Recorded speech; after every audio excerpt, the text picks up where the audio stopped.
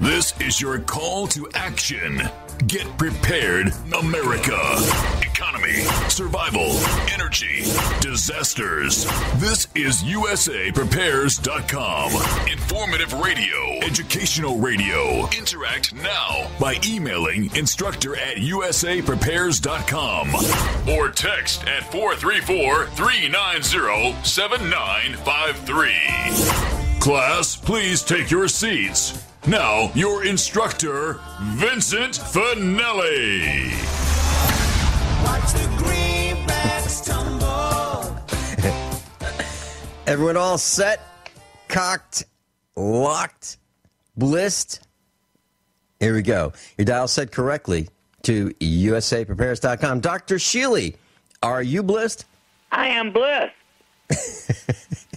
You know, Dr. Shealy, maybe we should share this with the class. Very, very rarely do Dr. Shealy and I talk about what we're going to talk about. Very, very rarely. You know, once in a while we do. Our schedules are so busy that we meet first time in the when we broadcast, like right now. True, isn't it, Dr. Shealy? You bet. Yeah. You know, I was thinking, Dr. Shealy, it would be it'd be wonderful to talk about what you would like to talk about today. I certainly have a list of questions, but what would you like to share with our class? Well, you know, I think I have an exciting concept. I've been looking for a long time. You know, I've always said you can have sex in public square if you know what to call it. And the name is, you know, of course it was in the Oval Office at one time, but I finally found a name for what I'm doing with the Bliss oils. Really? Transcutaneous acupuncture. It fits in with transcutaneous electrical nerve stimulation. And so, to me, it's the most important advance in acupuncture in 4,000 years. Because two reasons. Number one, most people don't like needles that much. Number two, almost nobody is willing to do acupuncture on themselves. And, of course, using the oils, you can actually apply it yourself. It takes only 30 seconds, and it works just as well, and, in fact, maybe better than the needles because it doesn't hurt. Mm-hmm. Well, and what about the risk? What about the risk of needles as compared to the... Well, isn't there always a risk, even, Dr. Shealy, even if we'll say a doctor or a nurse opens up one of those sealed, sterilized, certified needle packages, you know, rip open the plastic paper covering and use a needle that's never been used before? Isn't there still a risk of an infection or catching something from that needle? Oh, yeah. You know, anytime you put something through the skin, actually, needle or otherwise, needle or knife being the most common, there's a risk of infection. And, of course, there's also a risk of bleeding. And although, in general, acupuncture points tend not to bleed, they can. About 1 in 100 sticks, you're going to get a little bruise. And, of course, that bruise then can cause problems. So, and interestingly, there was a report many years ago of some traditional acupuncturist actually sticking one into her heart and dying as a result of it, and we don't know whether it was purposeful or accidental. It was a long needle. Wow. Just that hurts thinking about it. It really does. Okay, so transcutaneous acupuncture through the skin, Bliss oils. Can you explain, Dr. Shealy, why when I apply Bliss, and I overdose if I apply Bliss and yeah, I do. If I apply it on more than 2 spots, for me, I overdose. But the response to me is virtually instantaneous within just a couple seconds. But the question I have is, why is it that I can taste when I put Bliss oil between my thumb and forefinger on the left hand and the right hand? Just, I mean, 1 drop will suffice for both. I mean, I can put the drop on one hand and then put my two hands together and transfer, about half of it to my other hand. So why is it that I can taste it within, a minute or so? Well, that's transcutaneous. It means that it is actually going through the skin on its own and gets into the bloodstream. And I think almost everybody can taste it. Some people take a little longer than others. Of course, I always start down at the feet, and it takes about 2 or 3 minutes before I taste it. And you, of course, are very sensitive. You get by with just a drop or two, whereas for most people, they really do need to put it on all 13 points. Nevertheless, if it works, and that's the important thing. Its greatest benefit is calming people down and also helping depression. No question about that.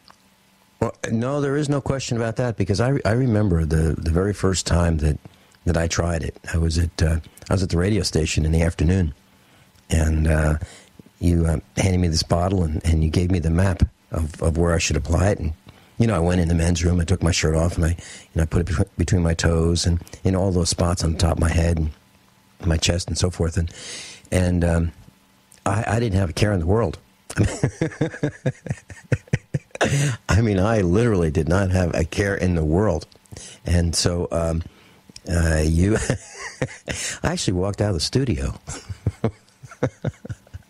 So yeah, it works. It absolutely works. And I'm wondering why everybody doesn't try this, especially if you have a job with just a miserable boss. And a lot of people, complain that they do have miserable bosses, and that boss has a miserable boss. And the reason is because the economy's in so much trouble. Everybody's trying to figure out how they can squeeze a profit and not go out of business. So it might fix the boss problem. Well, let's look at why a majority of people in almost all professions are not happy. Yeah, let's look at that. With their job or the rest of their life in general. There's an old statement that's been around for many decades called happiness is an inside job. Yeah. And I can truthfully say I could be happy doing a great number of things. I mean, I enjoy just being out in my garden, just sitting there even, let alone, and I enjoy weeding and all those things. That's part of me. Mm-hmm. But I'm happy, and I've been happy, I can truthfully say, well over 90% of my life. And that begins really at conception. Whether or not you're likely to be happy begins with a happy pregnancy, a happy delivery, and a happy, especially first 7 years of life. The evidence is quite overwhelming, that a vast majority of people did not get one or another of those bonding necessities early in life. Remember, 40% of all children born today are born to a single mother. Now, I don't know about you, but I can't imagine a woman without a mate being happy to be pregnant. I mean, it doesn't make sense. So that's a traumatic pregnancy for 9 months. If she is put to sleep at the time of delivery or has artificial induction for delivery, she doesn't produce oxytocin. What's essential is for the baby during the 9 months in the uterus to get that little hormone stimulation that the mother gets when she's happy over and over again, just a little burst. And then the baby gets a huge burst during the delivery itself, and that sets the stage for the child to be welcome in the world. Finally, if there's a major trauma of any kind in the first 7 years of life, that blocks the ability of the individual to make oxytocin well. So we now know that every known psychological emotional disorder, not some, everyone, attention deficit disorder, autism, depression, chronic anxiety, addiction, borderline personality, inadequate personality, gambling, which is just an addiction, and even schizophrenia. Every one of them is associated with loss of ability to make your own oxytocin. That's the basic problem. And that's probably somewhere between 75 and 80% of people who don't have a full, normal, active oxytocin system. So if you don't have that, you're not likely to be happy at much of life. And that is so sad, Dr. Shealy, that people are unhappy. You know, a lot of what I do is heavy, it's hard, but I face it with I don't face it with negativity. I don't say, "Geez, you know, that's really hard," and I don't want to lift that, move that, carry that, drag that, dig that, cover it back up with dirt. I don't do that. I look forward to it. And Mrs. Finelli, first thing in the morning, she's got a big smile on her face. She's happy, and it really makes a difference. It really does. And I just can't imagine waking up in the morning and facing somebody grumpy. I can't imagine. It'd be horrible. Well, I can't either, Vince. I mean, that's the other thing, by the way.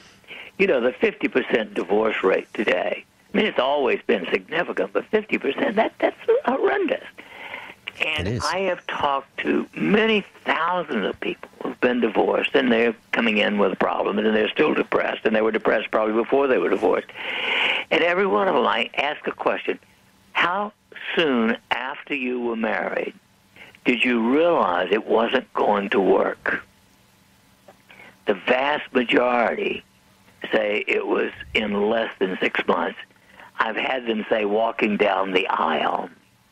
Oh, man. And then they stay in it, often for up to years, and finally get fed up and divorced. Well, you know, if you've wallowed in manure for 10 years, it's going to be mighty hard to wash it off. Before I got married, I dated Mrs. Finelli for 7 years. Wow. And but we met in 4th grade. So we've known each other for a very long time. And I think it's important to make sure you know who you're marrying. And you know, a lot of us make mistakes, but getting married and getting divorced, that's a big mistake. Dr. Shealy, Vincent Finelli, we'll be right back.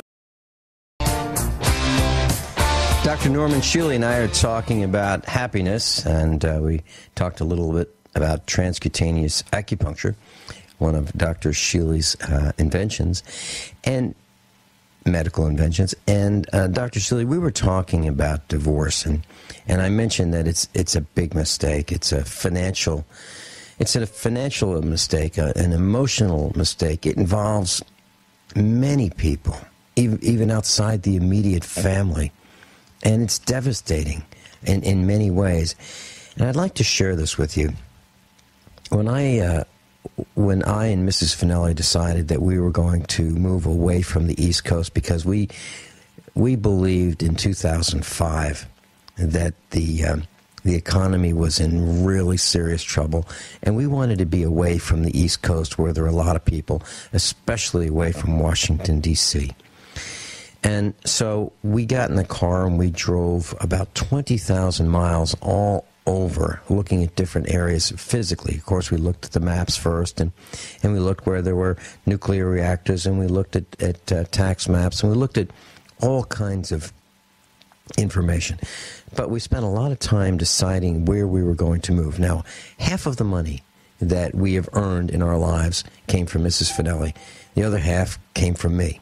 The point is, this had to be a decision that both of us were involved in, and we make all decisions together. Even the color that we're going to paint the trim in a room, or the color of a room, or a rug, or whatever it is, we decided together. And that way, there's no disagreement, there's no argument. It makes everything a lot better. I don't surprise her by saying, "Hey, guess what I just bought you? You know, that new car in the driveway, that's yours, by the way." You know, half of the cost of that, you know, I didn't ask you about it, but, you know, hey, you get to pay for half of it. No, we don't do those kinds of things. So here's what I'm saying. Vince, that is so important. That is so critically important. Now, I have to admit, I only knew my wife 11 months before we were married. However, we spent 7 months discussing everything about life and the future together. Mm-hmm. Mm-hmm. We made a decision unequivocally that we would not have a child, start having a family till we'd been married a minimum of a year, so that we were certain that it was going to work. Well, there was never any doubt, but we waited a year to start. We went shopping together for everything that we bought for our house. Mm-hmm. And that was the way it went throughout our life. In fact, our kids used to tease us to see if they could make us argue because they had friends whose parents argued a lot.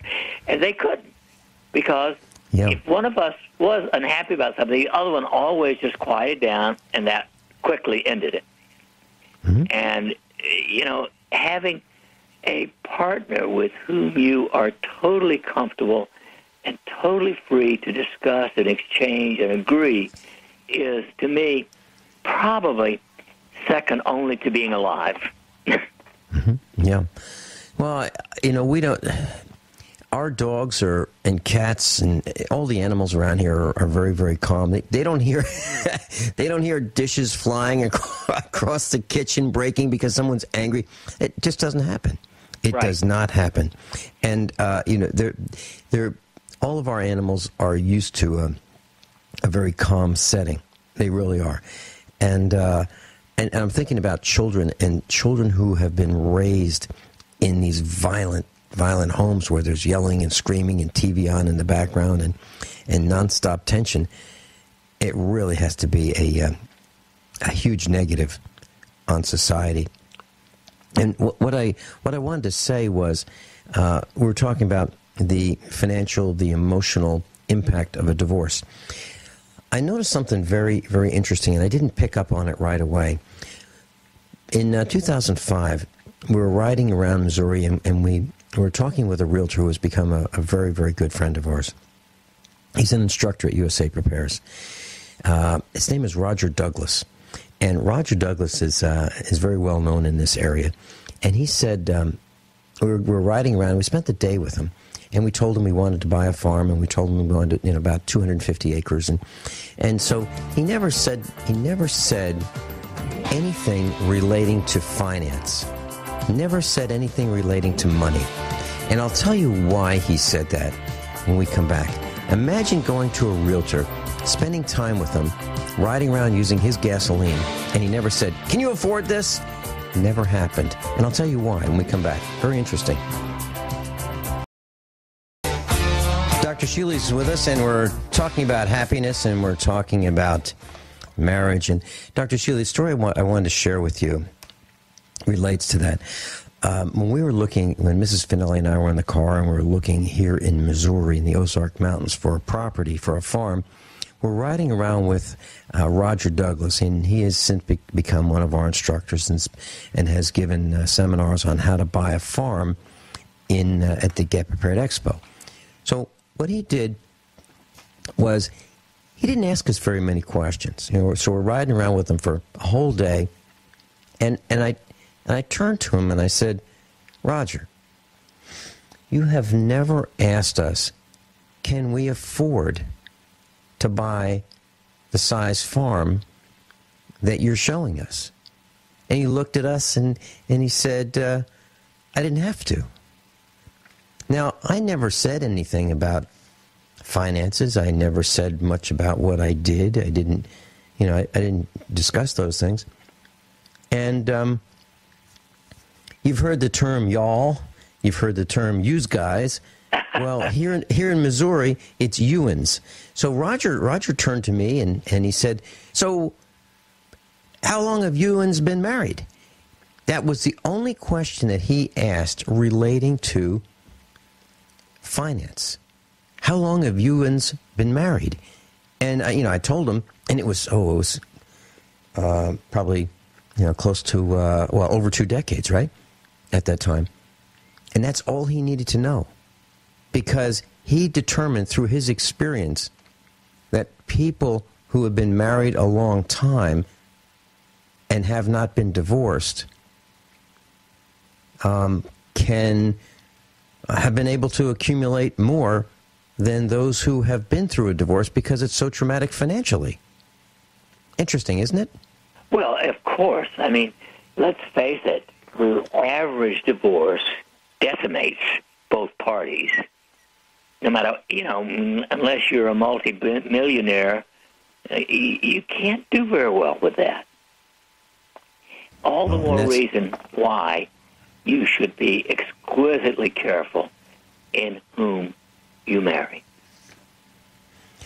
So, Dr. Shealy, what would you, for those who are thinking about marriage, or those who are in a position to offer advice to their children who might be considering getting married, or maybe the aunt or an uncle of someone who might be getting married, what would you suggest that they do? Discuss values. Every known human value. Everything from money to religion to beliefs, morals, ethics, sex, you name it. And be sure that you have significant agreement on all the basic values of life. Interestingly, our middle child, Craig, is a professor of psychology at James Madison University. And I would say the number one thing that my wife said to the children throughout their growing up is, you never need to worry about the police or the legal profession. If you do something that is unethical, you'll speak to me. Craig started about 10 years ago an international association for the study of beliefs and values. And so they're now doing this in Australia, China, India, Africa, Europe, cooperating universities all over the world discussing the values and beliefs because they are the foundation for a stable society. And so I think the number one thing to start with is values. And again, as I said, my wife and I spent just 6 or 7 months discussing all of those kinds of things in great detail before we were married. Now, I have a second thought. Not everybody will understand this one, but I've been sort of an astrology buff since I was 16, and that's before most people were born. So I love something called a synastry chart. It's the interrelation between the astrological chart on two different individuals. So there's nice software packages, and I do this for friends all the time. You get a astrological chart on both of them, and then you put them together and get what's called a synastry chart. Now, in all charts, there are going to be some differences, of course, but I just say count up the positives and count the negatives. If the positives outweigh the negatives, you've probably got a pretty good chance. But if there's any question that the negatives are more than the positive, you better not do this or you're going to have trouble. And Dr. Shealy, you did that for me, and you created that chart based on my date of birth, I believe. That's right, date and time.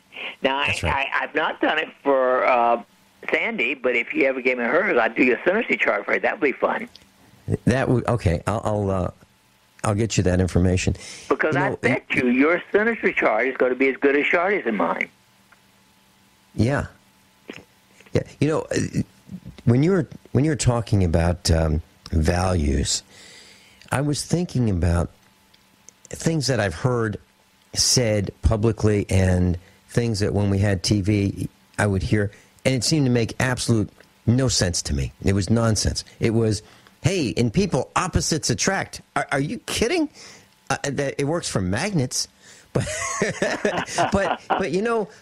if one is a spendthrift and the other is the opposite, or one is greedy and one is not, or, I mean, that's not going to work. That can't possibly work.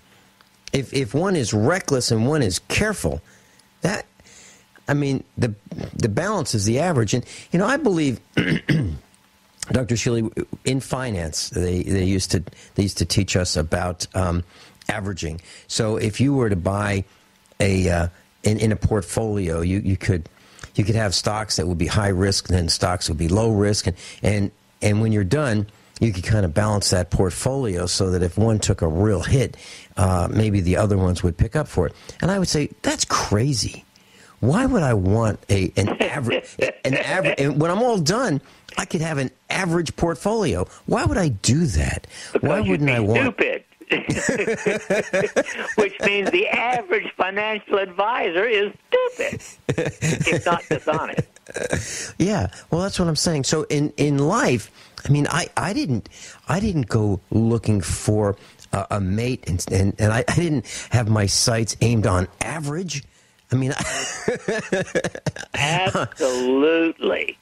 Yeah. Actually, what I didn't say when I talked about the fact that I only knew my wife 11 months, I spent 1 full year before I met her. I was tired of the dating game. It seemed so artificial at that time. And I actually dated a different person every weekend for a full year. Mm-hmm. And it wasn't anything wrong with them. It's just energetically, when the door would open, I said, oh, my God, I got to spend the night with this person. It wasn't even part of a night. I mean, it was just part of it. And it wasn't anything wrong with their looks. It was the energy. Mm-hmm. And when I met my wife, of course, it was exactly the opposite. From the very first meeting, I knew we were compatible. But even then, it took 11 months. You just wanted to prove it. Yeah. You knew it, but you need to prove it. And I think that's how we should approach it. I think we should absolutely go into this with our eyes wide open and know what we're getting into, rather than find out later after we've made this contract with the government, marriage license. By the way, Dr. Shealy, if I were doing it again, I would not get a marriage license with the state.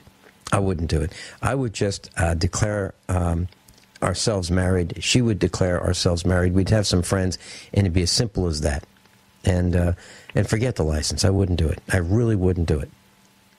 And I certainly would. In Missouri, there is no recognized common law marriage. So then legally you might have income tax problems. Mm-hmm. I don't know. Well, I want the state out of my life as much as possible. I really do. Yeah, I understand. And I don't disagree with that aspect. And on the other hand, I honestly consider, of course, our marriage was not in a state or city something. It was a church wedding, and I consider that one of the highlights of my life. Oh, sure. But what I'm saying is, when actually, you got a marriage license, didn't you? Oh, yeah. Like I did. In order, quote, to get married.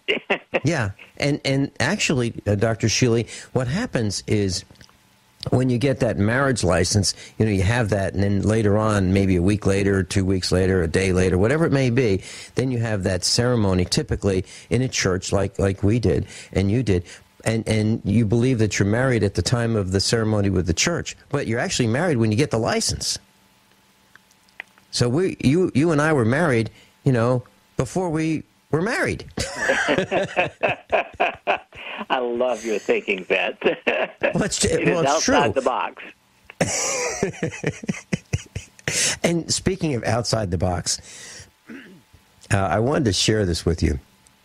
You and I were beating the drum in Springfield about fluoride. And for, I think, over a year, we were talking about fluoride, and Greg Burris, the city manager. Dr. Shealy, I think we were really, really close to getting that stopped. And I'll tell you why. I think that the forces were rallied. They had to get me out of the equation. I really believe that.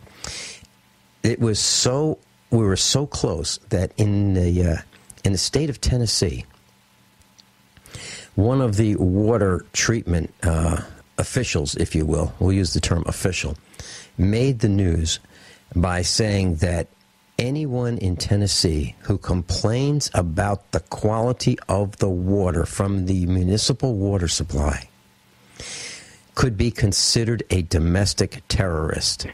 So seriously, and could be arrested and jailed and imprisoned for doing so.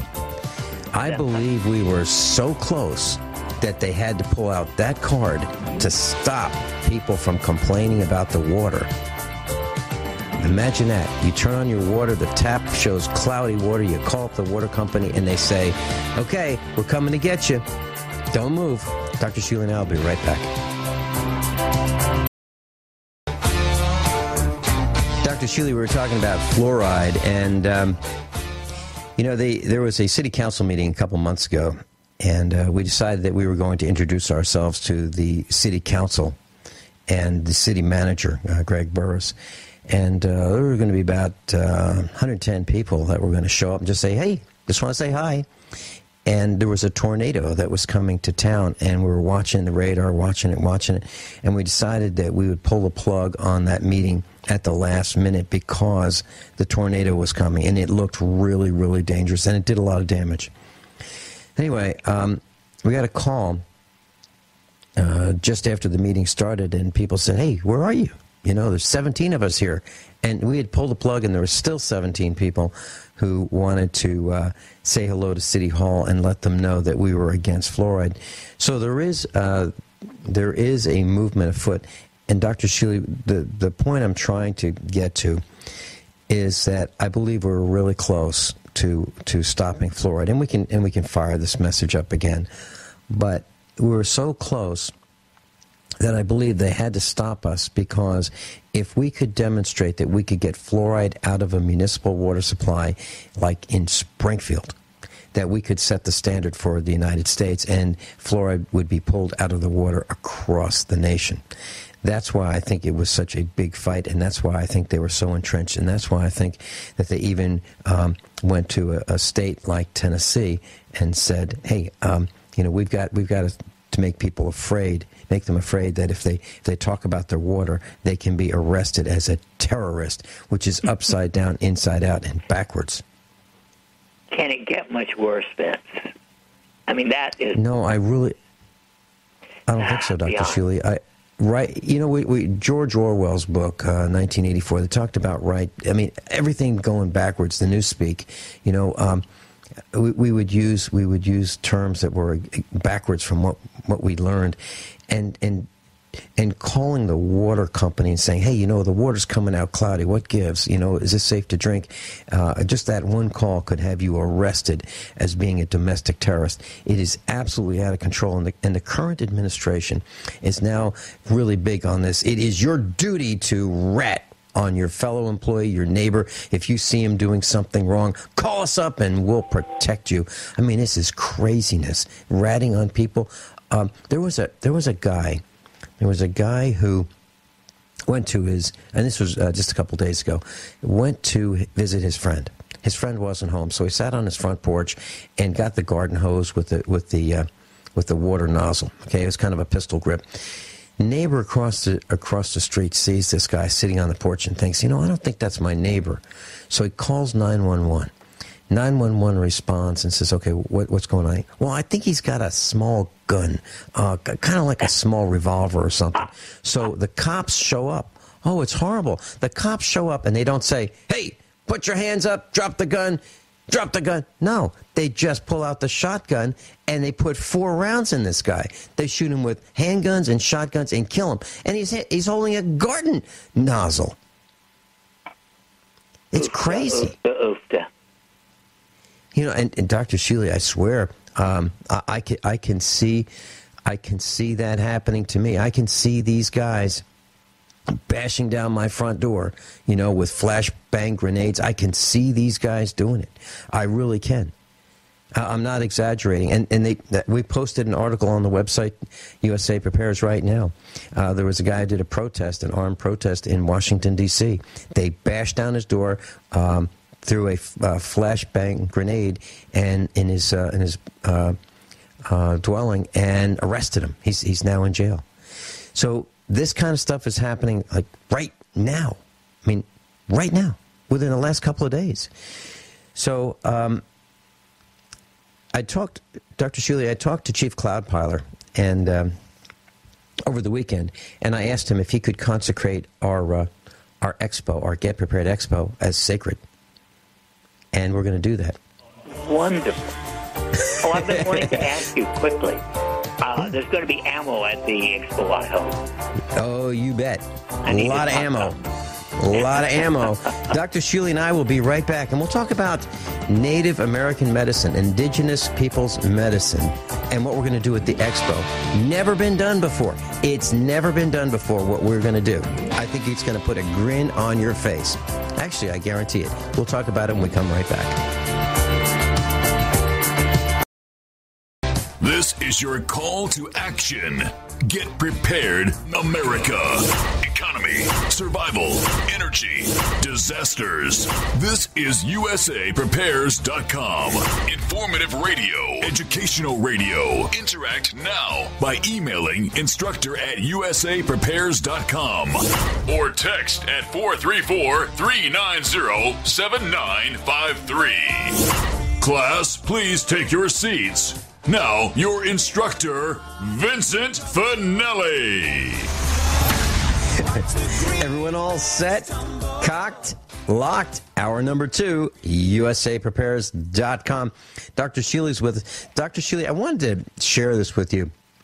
I was talking with Chief Cloudpiler of Nemenhah over the weekend, and I said, Chief, can we consecrate the Get Prepared Expo? That's July 19, 20, and 21 right here in Lebanon, coming up in about a week. Can we consecrate it as a sacred ground? And he said, certainly we can do that. What we'll do is we'll just have a show of hands at the Friday night, which is July 19th, survival banquet dinner. We'll ask the instructors and exhibitors if they are interested in doing that, and if they are, and if there's a majority, we will, we'll have a little show of hands to take a vote, and if they'd like to do that, then we will consecrate the ground. It'll take about 10 minutes. We'll have a ceremony right there at the survival banquet dinner, and we will consecrate the ground. And I said, okay, so once we do that, now, we're going to have to put those signs up that say that, if you're a government employee, you may apply for permission to be on the property. Oh, Vince, I love you. Well, and I don't want to place an undue burden on the government. So we will have a committee that will review the application. They'll receive the payment because there's a fee for this. I mean, we can't review their application for free. So so there will be a fee associated, and that application is kind of like what the application for things that they want us to apply for have. For example, they're going to have to show us a picture ID so we can verify that they are who they say they are, and we will ask them for their social security number and all the stuff that they ask us for. So the fee will be there, their name, their address, their physical address, and their purpose, and who will be using this information, and what the information will be used for, and so forth. So they can apply to be on the property. That's a first. That's an absolute first, Dr. Shealy.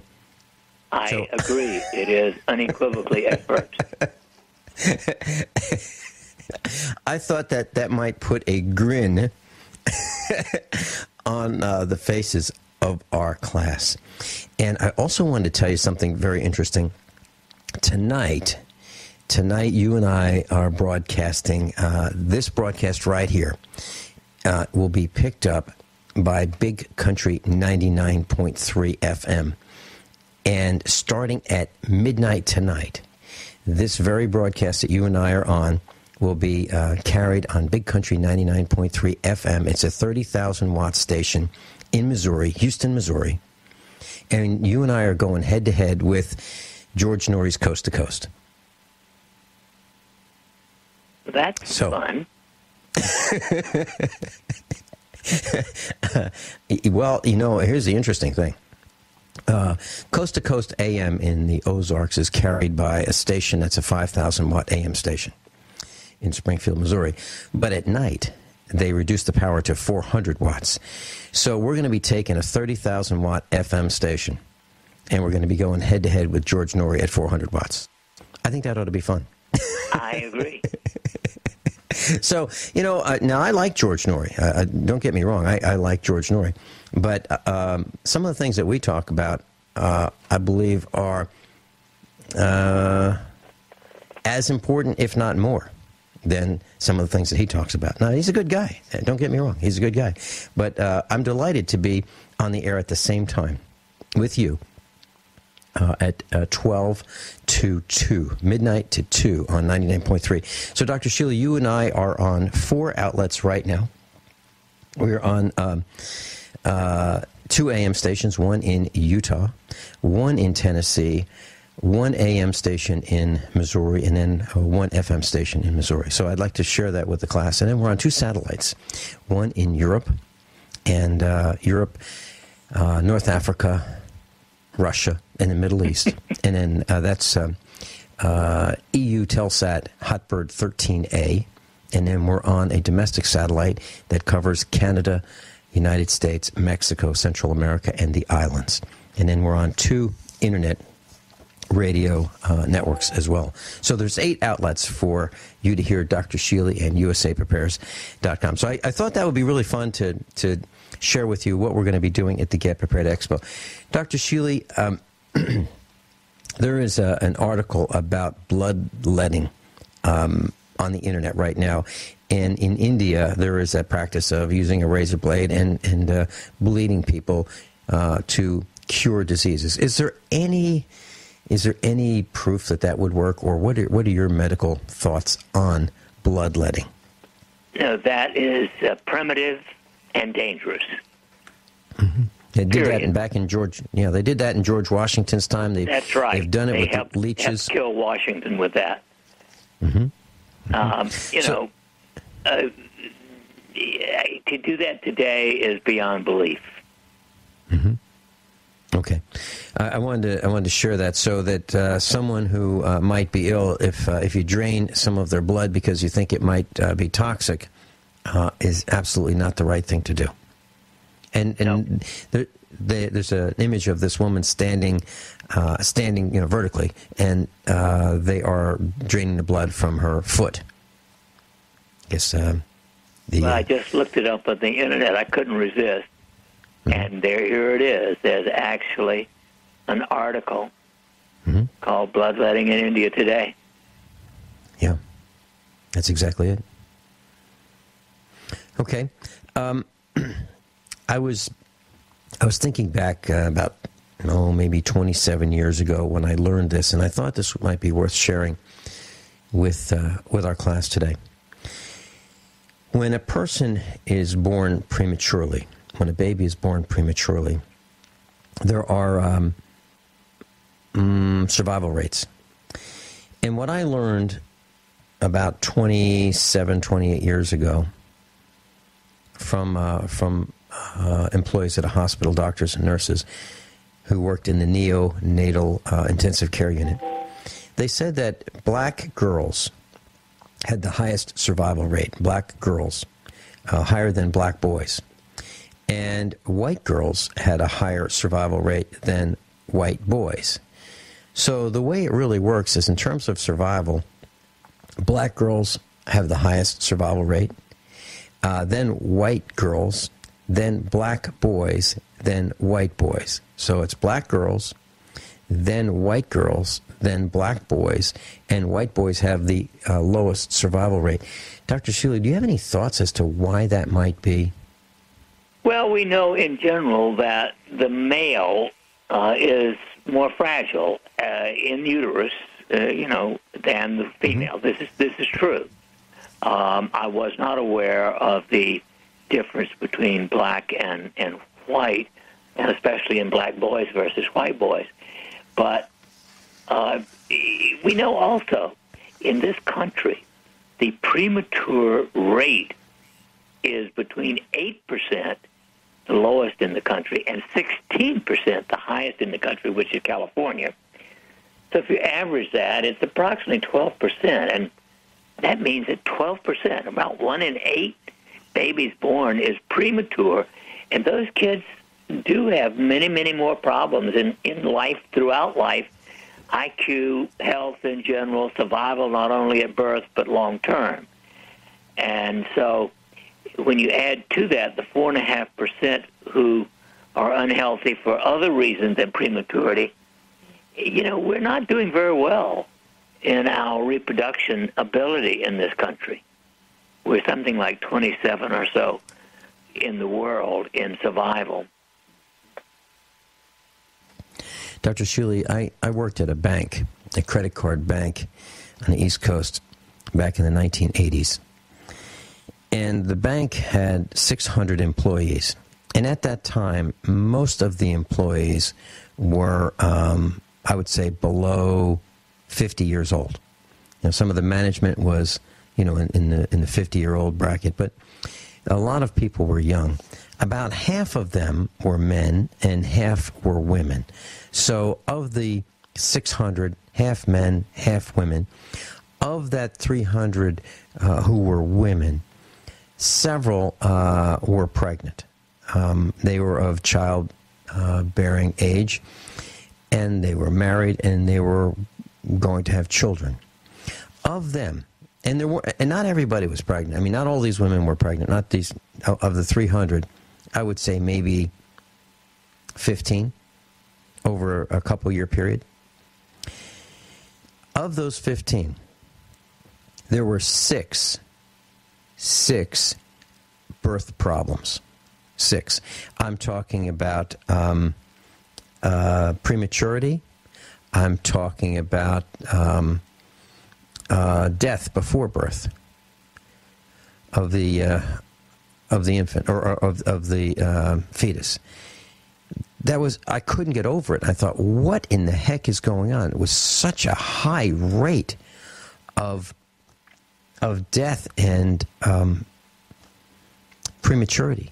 I couldn't believe it.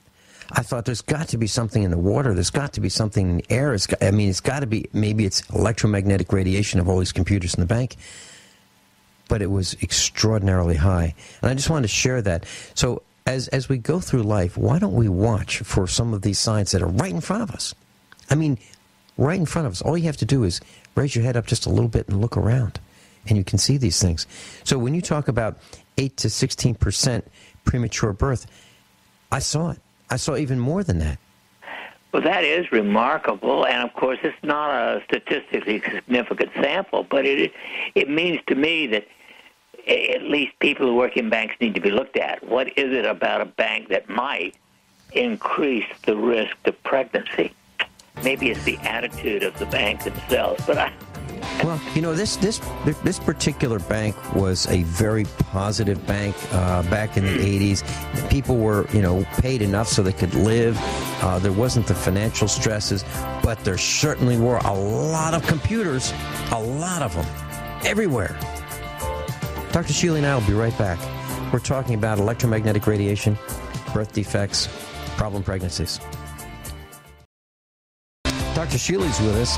Dr. Shealy, I made a claim on that commercial for the Get Prepared Expo that I believe that this will be one of a person's 10 most memorable events if he or she comes to the Get Prepared Expo. And the reason I mention that is because of the education that we provide and the individuals, the instructors that we have. For example, meeting you and meeting Chief Cloudpiler, and there's so many of us who donate our time to train people in things that we're passionate about.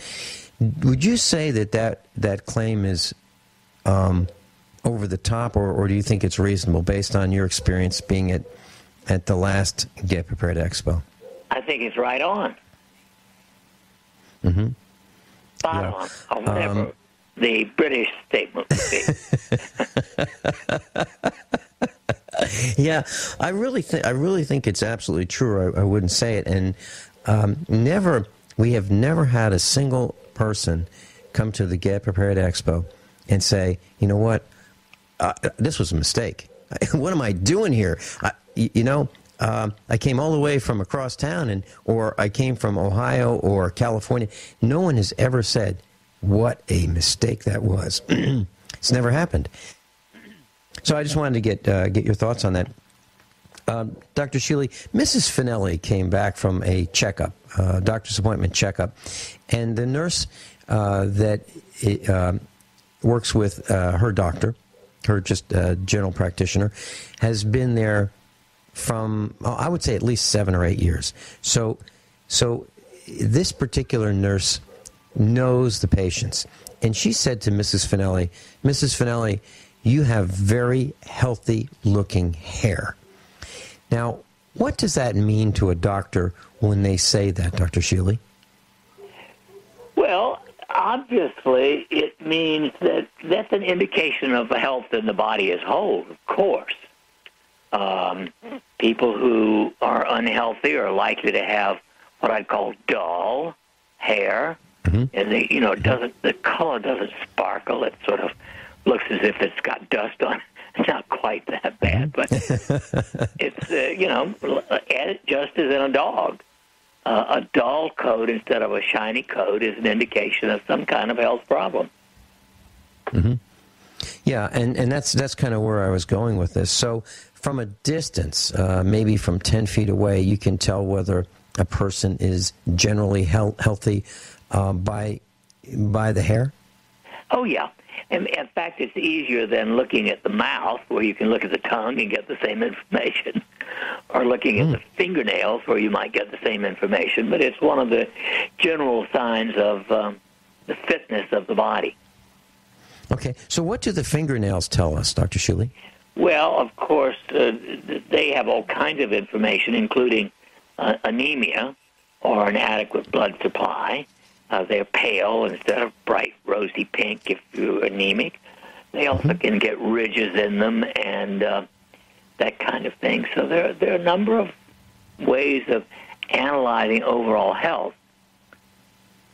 Okay. Do spots mean anything on the nails, those white spots? I wish I knew. There have been some evidence that's been touted as it meaning a zinc deficiency.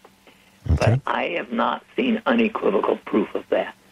Okay. Are ridges something to be concerned about? Ridges they may on the nails? be. Obviously there are genetic aspects too, but that could be a deficiency in amino acids, or it could be a deficiency in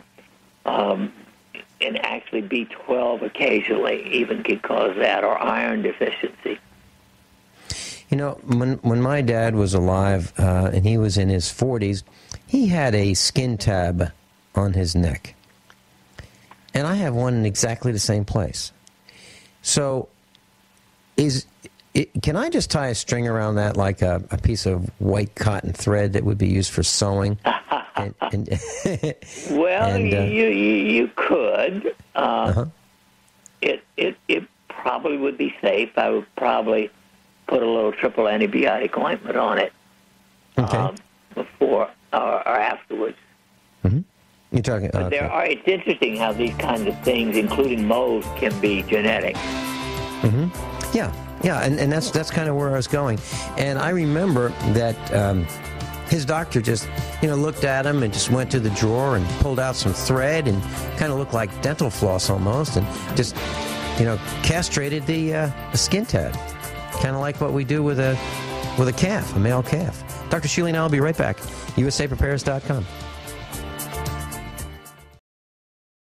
Dr. Shealy's with us. And Dr. Shealy, I just went to normshealy.com during the break, and I see you've got a new website. Well, it's in the making. It's not totally finished yet, but I'm In fact, right after the program, I'm talking to the developer, and Hope is coming up this week. Mm-hmm. Okay, and the reason I asked is the button is there to sign up for your newsletter. Now, I did not do that because I already get your newsletter, but right on page 1 of normshealy.com, you can go, that'll take you right there, normshealy.com. You can click, you can start typing in your email address, and that will get you a copy of Dr. Shealy's newsletter. Got a lot of great information, and your newsletters are very easy to read. It's not dull reading. It's interesting reading. It's very, very, very quick reading, and it's absolutely free. So I'd like to suggest that you do what I do and get the newsletter. How do you like the new logo? I spent a lot of time getting that done. You're talking about, let's see, revolving Shealy ring Wellness around logo? the man. Yeah. Can you describe that? There's a man, a black and white image of a man with rings around it. Now, would that be the sacred rings? Yes. Well, it's sort of the best we could do to get all 5 rings sort of indicated, yes. Mm-hmm. I see 1, like 2, that. 3, 4. Yeah. I see the 5 stars for the colors of the rings. So that would be the sacred rings: air, bliss, fire, crystal, water, earth. Yes. Yes. Mm-hmm. Okay. That's and another. Can you get to that by ShealyWellness.com also? I didn't type that. I hope so. I'm going to be looking at all of this immediately after the program. Okay, so class, normshealy.com will get you there, for sure. Okay, Dr. Shealy, the boss, if you will, in charge of the Fukushima disaster has died of cancer. So we wouldn't expect anything different, would we, if he was on site, that he would die of cancer as a result of the enormous amount of radiation that was released by Fukushima. No question about it. And of course, the media has downplayed that entire thing. But, I'm deciding whether I should take a Geiger counter when I go to Alaska next month to go fishing, because I'm not sure that the salmon that I could get up there are going to be safe to eat. I'll tell you what, Dr. Shealy, seriously, no kidding aside, Craig Douglas is going to be with us at the Get Prepared Expo, and you've seen him. He wears the yellow shirt. He's our radiation detection instructor. And I have in my hands right now, I have 2 dosimeters, and they are of civil defense era, and they're about the size of a small magic marker, maybe 3/8 of an inch in diameter, 4 inches long. They have a clip. You can clip them as if you had a pen in your shirt pocket. And it's a metal tube with a glass lens on each end. And what you do is you just bring this with you. And it will record the cumulative dose of radiation. And they were used, in the civil defense era, the 50s, the 60s, and ultimately probably 70s and a little bit of the 80s. Well, he has a bunch of these, and I've asked him to bring them to the expo. You might want to get one and take it with you. I have one that is a very sensitive one. I have it in the studio right now, and I'll tell you what, these things pick up, I'm looking through it right now. Wow. The cumulative dose of radiation that I've been able to detect that this device has right here in the studio in Missouri is about 19 millirentgens. So you might want to take that with you and find out what you've been exposed to. So you can just look at it at any time. And now it doesn't tick or anything. There's no moving parts other than a needle on the meter inside this tube. So no batteries. You'd use a battery to reset it, but other than that, there's no electronics in it. Might want to do that. So just a thought. But also, if you want to bring a Geiger counter, that makes a lot of sense. I would be concerned because there's a lot of radiation in the atmosphere right now from Fukushima. Oh, yes, and in the water. Yeah. In the ocean. And I would certainly be concerned about eating fish right now. I really would. I'm hearing that it's okay, but I'm not going to do it. I'm not going to do it without. I'll find out. Without, I will without, check it out. I'll let you know when I get back. Yeah, that'd be really neat to know that. Dr. Shealy, when you're at the Get Prepared Expo, the July 19, 20, 21, coming up in 10 days, or 9 days, what will we be learning from you at your seminars? Well, there are two things. At the top of the list, because it is one of the most important, is blood pressure control. We know that 40% of Americans have high blood pressure, and that the vast majority of them do not have it controlled by medication. In fact, they have more complications than they do benefit. So I'm going to be checking blood pressures for people who are interested. If they're elevated and they're interested, they'll be given Nitro Extreme. 30 minutes later, we'll check their blood pressure gain. Now, our experience so far is that 70% of people are going to do very well with that, but 30% won't. Those 30% are going to be offered an opportunity to try for a month just some vitamins and an amino acid, very safe, see whether that will bring down their blood pressure. So that's where we're going. That sounds neat. And you'll be talking about Bliss in another seminar? And I'll be talking about Bliss and all of its relatives, so to speak, in the other seminar. Okay. That sounds great.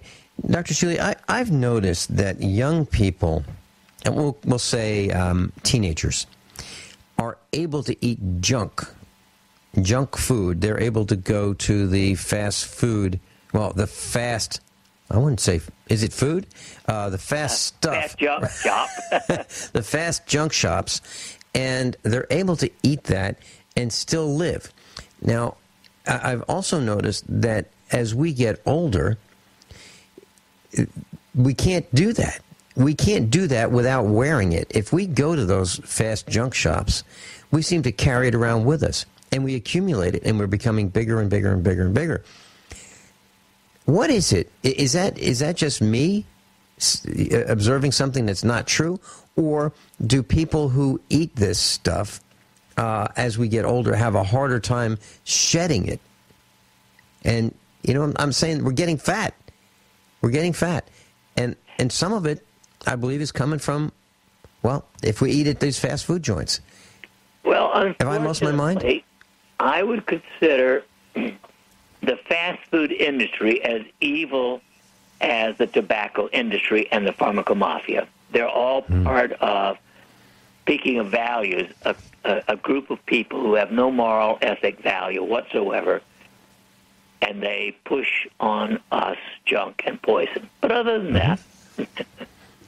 Well, there are chemicals that are in sodas that are, if you serve them in foreign countries, you will be arrested, jailed, and you won't get out for a long time if you introduce them into foods. Here, it's okay. We used to have what we believed was the safest food supply in the world. Now it's okay to put chemicals in food. As a matter of fact, I was at Sam's Club a couple days ago, getting some items for the expo. And I wanted to buy some tea, but I don't want to buy tea that comes from any place near Japan. I don't want to do it because I don't want any airborne radiation falling on the tea leaves going into my tea that I'm going to consume. So I'm trying to figure out how I can grow tea here on the farm, maybe in a greenhouse or something. Have you heard of these kind of concerns, Dr. Shealy, from others? No, I haven't, but you're right on, of course. Obviously, I'm hoping that some of the natural suppliers like Seed Savers, and there are a whole bunch of organically oriented companies in this country. I wouldn't buy anything today from China or Japan or anywhere in the East or the Middle East, for that matter. No, I agree. Want it I made absolutely in this country.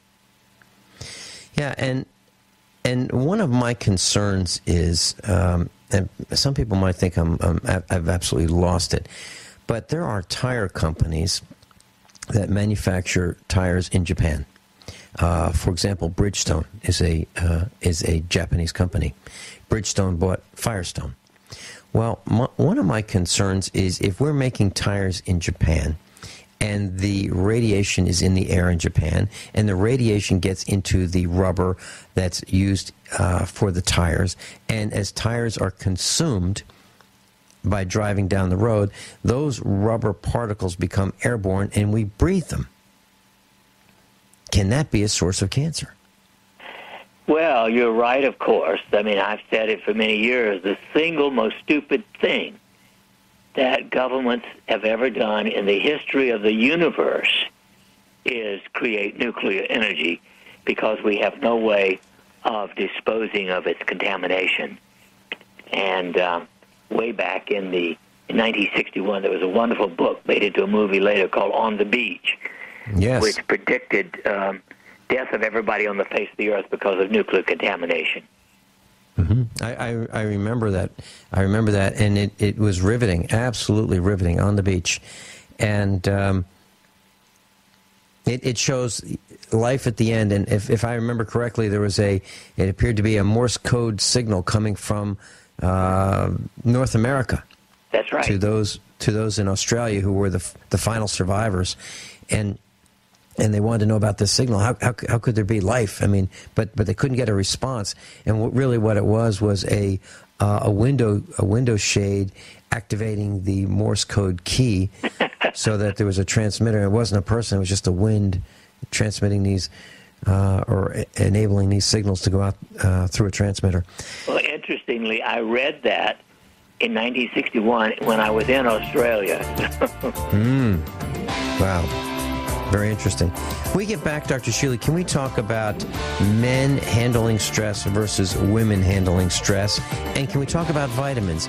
Are there differences in the requirements of men versus women with vitamins? Dr. Norman Shealy, normshealy.com. We'll be right back.